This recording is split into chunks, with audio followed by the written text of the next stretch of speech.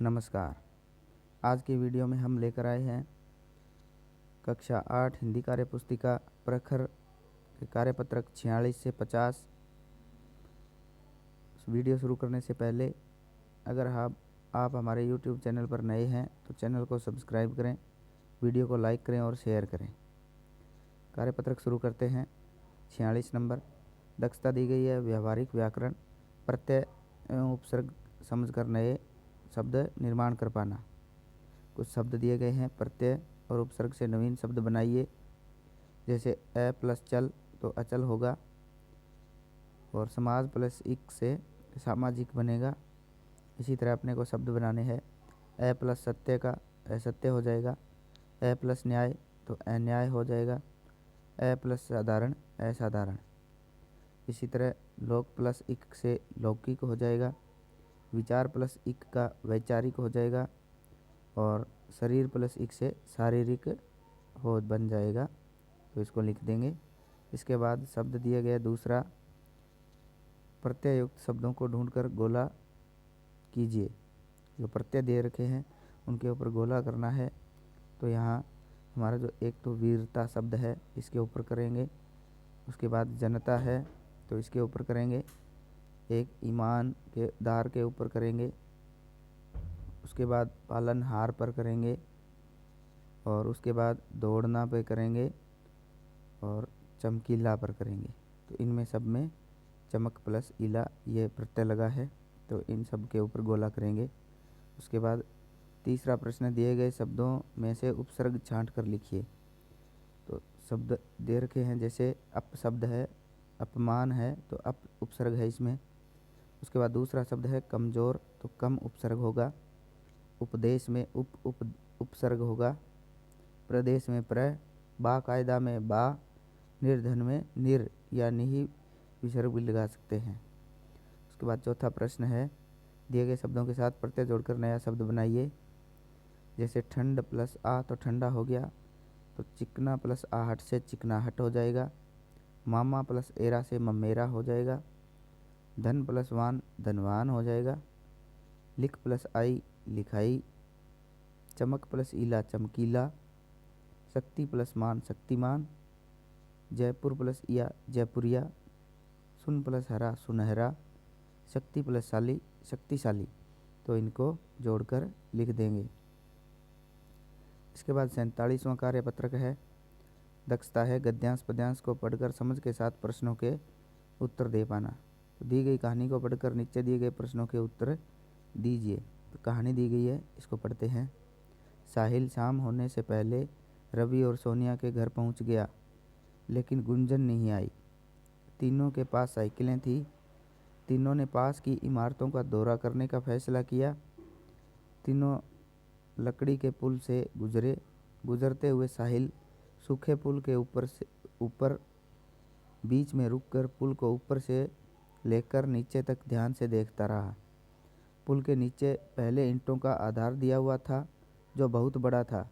वह ईंटों का बनाया हुआ था। तीनों कुछ दूर आगे आने के बाद एक खंडहर पर रुके। खंडहर काफ़ी पुराना था। उसकी ईंटें टूटी फूटी और बाहर निकल आई थी। वहीं पास में ईंट के भट्टे में कोई आग लगाकर ईंट पकाने की तैयारी में था। कोई ईंट बना रहा था, कोई उन्हें भट्टे में डाल रहा था, कोई मिट्टी लाता, कोई उसे गूंथता, कोई गीली ईंट को सुखाकर भट्टे से ले जा रहा था। तो ये कार्य हो रहे थे। अब प्रश्न दे रखे हैं। पहला प्रश्न है, साहिल शाम होने से पहले किसके घर पहुंच गया था? तो उत्तर लिखेंगे, साहिल शाम होने से पहले रवि और सोनिया के घर पहुंच गया था। इसके बाद दूसरा प्रश्न है, ईंट के भट्टे पर क्या क्या काम हो रहा था? तो उत्तर लिखेंगे, कोई ईंट बना रहा था, कोई उन्हें भट्टे में डाल रहा था, कोई मिट्टी ला रहा था, कोई उसे गूंथ रहा था, और कोई ईंट सुखा रहा था। इसके बाद आगे वाला प्रश्न है, ईंट बनाने में किन किन चीज़ों का प्रयोग किया जाता है?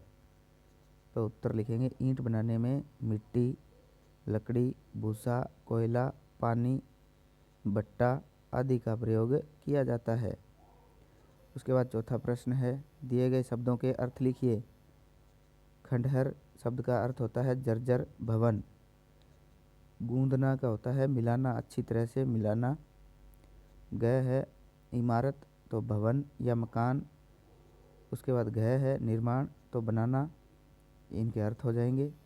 पांचवा प्रश्न है, ईंट बनाने की प्रक्रिया में हम मिट्टी का प्रयोग करते हैं, इससे पर्यावरण को नुकसान कैसे पहुंचता है, अपने शब्दों में लिखिए। तो उत्तर लिखेंगे, ईंट बनाने के लिए जहाँ से मिट्टी ली जाती है वहाँ की उपजाऊ मिट्टी खत्म हो जाती है तथा ज़मीन खराब और बंजर हो जाती है, गड्ढे हो जाते हैं। इसके बाद छठा प्रश्न है, मिट्टी से ईंट बनती है, इसके अलावा मिट्टी से और क्या क्या वस्तुएं बन सकती हैं, उन्हें सूचीबद्ध कीजिए। तो नाम लिखने हैं जिन मिट्टी से जिन जिन चीज़ों का निर्माण होता है। तो लिखेंगे मटके, दीपक, खिलौने, गमले, मकान, सीमेंट, मूर्तियाँ, बर्तन, टंकियाँ, ये सभी चीज़ें हैं वो मिट्टी से बनती है। आप और भी चीज़ें इसमें जोड़ सकते हैं। उसके बाद कार्यपत्रक पत्रक 48वां है, दक्षता है गद्यांश पद्यांश को पढ़कर समझ के साथ प्रश्नों के उत्तर दे पाना। तो इसको पढ़ते हैं। एक गद्य दिया गया है, शरीर के बहुत से अंग ऐसे भी हैं जो तभी काम करते हैं जब हम उनसे काम लेते हैं। इन अंगों की गति मांसपेशियों के द्वारा होती है। इन्हें हम अपनी इच्छा अनुसार सिकोड़ या फैला सकते हैं। चलना, दौड़ना, झुकना, उठना, मुड़ना, खाना, बोलना आदि अनेक क्रियाएं ऐसी मांसपेशियों द्वारा की जाती है जो हमारी इच्छा से नियंत्रित होती हैं। हमारे शरीर में अनेक मांसपेशियां हैं। इनमें आँखों को घुमाने वाली छोटी मांसपेशियों से लेकर जांघों की बड़ी मांसपेशियां सम्मिलित है। ये मांसपेशियां तभी तक सशक्त और समर्थ बनी रहती है जब तक इनसे काम लिया जाता रहता है। अब नीचे प्रश्न दिए गए हैं। पहला प्रश्न है, इन प्रश्नों के सही उत्तर पर निशान लगाइए। अ है, अंगों की गति किसके द्वारा होती है, हृदय द्वारा, मांसपेशियों द्वारा या रक्त द्वारा। तो इसमें हमारा उत्तर आएगा मांसपेशियों द्वारा। उसके बाद ब है, हम अपनी इच्छा अनुसार किसे सिकोड़ या फैला सकते हैं। तो उत्तर आएगा हमारा धमनियों को, फेफड़ों को या मांसपेशियों को। तो उत्तर आएगा मांसपेशियों को। उसके बाद स है, मांसपेशियों द्वारा कौन सी क्रियाएं की जाती है, चलना, दौड़ना, झुकना, उठना या उपयुक्त सभी। तो हम मांसपेशियों के द्वारा सभी क्रियाएं कर सकते हैं। तो उपयुक्त सभी लगाएंगे सही का निशान। दूसरा प्रश्न है, दिए गए प्रश्नों का उत्तर एक या दो पंक्ति में दीजिए।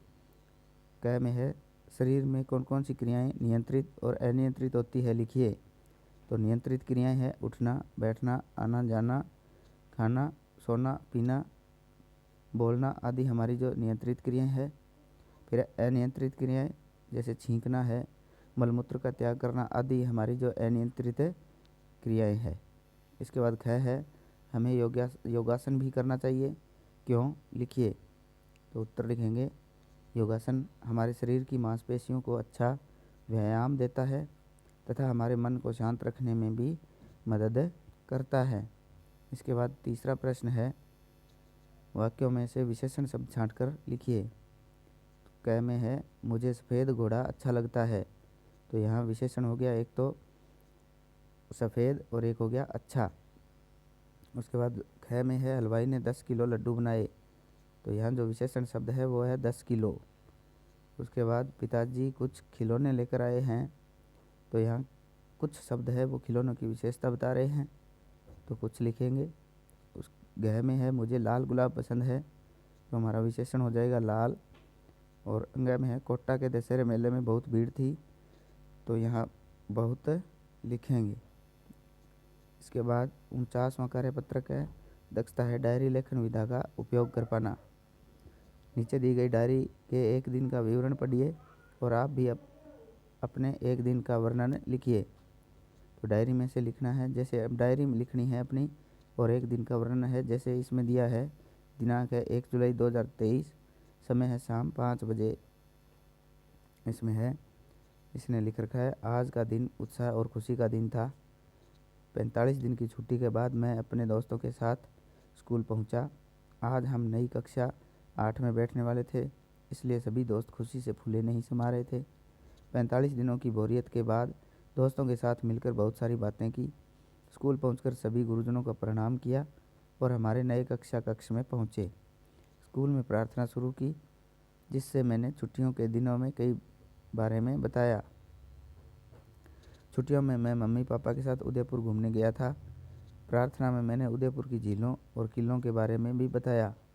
इसके बाद सभी कक्षाओं में नई नई किताबों को देखा और पढ़ा।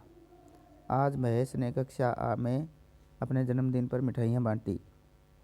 हम सभी ने महेश को जन्मदिन की बधाई दी। स्कूल की छुट्टी के बाद मैं वापस घर आ गया। अब हमें अपने विचार लिखने हैं। तो यहाँ जैसे लिखेंगे, दिनांक लिखेंगे, जैसे 4 जुलाई 2023, समय 5 बजे। यहाँ लिखेंगे, आज का दिन बहुत ही उल्लास और खुशी से भरा हुआ था, क्योंकि आज हमारी कक्षा के सभी बच्चे और अध्यापक उदयपुर भ्रमण पर गए थे। सभी बच्चों की खुशी का ठिकाना नहीं था। वहाँ हमने फतेह सागर झील, सहेलियों की बाड़ी, सिटी पैलेस, प्रताप गौरव केंद्र, सुखाड़िया सर्किल आदि स्थानों का भ्रमण किया। सबने खूब मज़े किए। फिर हम सब घर आ गए। तो ऐसे हम डायरी में नोट कर सकते हैं। उसके बाद दिया गया है पहली हल कीजिए कि पास पास दो बहनें रहती, एक दूजे से कुछ न कहती, एक दूजे को देखना चाहे, बिना आईना देख ना पाए। कौन सी चीज़ है? तो वो है आँखें। उसके बाद कार्यपत्रक 50वां है। दक्षता है पोस्टर की सूचनाओं का विश्लेषण कर लिख पाना। नीचे दिए गए पोस्टर को ध्यान से पढ़िए और पूछे प्रश्नों के उत्तर लिखिए। एक पोस्टर दे रखा है, इसमें पॉस्को एक्ट लिखा है और child protection POCSO act 2012 1098 dial करें। ये चाइल्ड लाइन दे रखा है, डे नाइट। तो इस पोस्टर को ध्यान से देखिए। उसके बाद पहला प्रश्न है, आपकी कक्षा में किसी साथी के साथ अन्य छात्रों द्वारा अनुचित व्यवहार किया जाता है, तो आप किससे शिकायत करेंगे? तो उत्तर लिखेंगे, हम अपने कक्षाध्यापक या प्रधानाध्यापक जी से शिकायत करेंगे। दूसरा प्रश्न है, यदि आपको मदद के लिए आपका साथी पुकारता है तो आप क्या करेंगे? तो उत्तर लिखेंगे, हम अपने अन्य साथियों के साथ जाकर उसकी मदद करेंगे। उसके बाद आगे वाला प्रश्न है तीसरा, हम अनुचित व्यवहार के खिलाफ किन किन की मदद ले सकते हैं? तो उत्तर लिखेंगे, हम अपने अध्यापक या अध्यापिका, प्रधानाध्यापक, माता पिता, पुलिस या चाइल्ड प्रोटेक्शन पॉक्सो एक्ट 2012 या 1098 पर शिकायत करेंगे। इनकी मदद ले सकते हैं। उसके बाद चाइल्ड हेल्पलाइन के नंबर लिखिए। तो चाइल्ड हेल्पलाइन के नंबर है 1098। उसके बाद आकलन 8वां है कि पॉस्को एक्ट है। विकल्प है छोटे बच्चों की सुरक्षा के लिए, बुजुर्गों की सहायता के लिए, जानवरों की सुरक्षा के लिए। ये सभी गलत हैं। तो पॉस्को एक्ट है छोटे बच्चों की सुरक्षा के लिए। तो पहले वाला विकल्प सही करेंगे। दूसरा है, हमारे शरीर में मांसपेशियों का रूप है, झुकने के लिए, चलने के लिए, लेटने के लिए या सभी के लिए। तो हमारा जो उत्तर आएगा सभी के लिए। उसके बाद तीसरा है, कु उपसर्ग का अशुद्ध उदाहरण है। अशुद्ध उदाहरण बताना है, कुसंगति, कुपुत्र, कुकर्म या कुमार। तो इसमें अशुद्ध उदाहरण कुमार है, बाकी सारे शुद्ध है। उसके बाद चौथा प्रश्न है, मुहावरों के साथ उसके उचित अर्थ का मिलान कीजिए। अर्थ से मिलान करना है। तो क में दिया है श्रीगणेश करना, तो इसका अर्थ होगा शुरू करना। ख है लाल पीला होना, तो बहुत क्रोधित होना। ग छक्के छुड़ाना, बुरी तरीके से हराना। ग है कमर कसना, तो तैयार होना। तो इनको आपस में इनके अर्थ से मिलान कर देंगे। 5वां प्रश्न है, निम्नलिखित शब्दों में से प्रत्यय छांटिए। जैसे पढ़ाई में पढ़ प्लस आई है, सजावट में साज प्लस आवट हो जाएगा। फिर है गाड़ीवान में गाड़ी प्लस वान है, क्रोधित में क्रोध प्लस इत है और सुखी में सुख प्लस ई हो जाएगा। 6ठा प्रश्न है, निम्नलिखित शब्दों में से उपसर्ग और मूल शब्द छांटिए। उपसर्ग और मूल शब्द, जैसे अजय में अ और जय है, विज्ञान में वी प्लस ज्ञान हो जाएगा, सुशासन में सु और शासन हो जाएगा।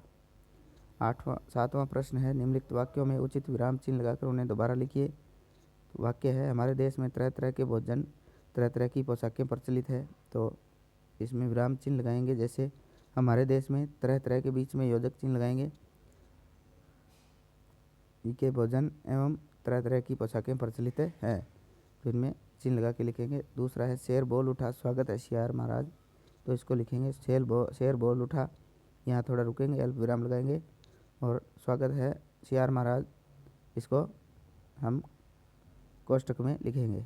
उसके बाद 8वां प्रश्न है, दिए गए विराम चिन्हों और उनके नामों का सही मिलान कीजिए। पहला है पूर्ण विराम, तो नीचे नीचे वाले से मिलाएंगे। प्रश्नवाचक चिन्ह ऊपरी ऊपर वाला हो जाएगा। विस्मयबोधक चिन्ह नीचे ऊपर से दूसरा, और अल्प विराम जो ऊपर से तीसरा, इसको मिला देंगे। 9वां प्रश्न है, निम्नलिखित मुहावरों के अर्थ लिखते हुए वाक्य प्रयोग कीजिए। क में है ऊँट के मुंह में जीरा होना, तो अर्थ है जरूरत से कम वस्तु मिलना। वाक्य प्रयोग जाएगा, पहलवान को एक केला देना ऊँट के मुंह में जीरा देने के समान है।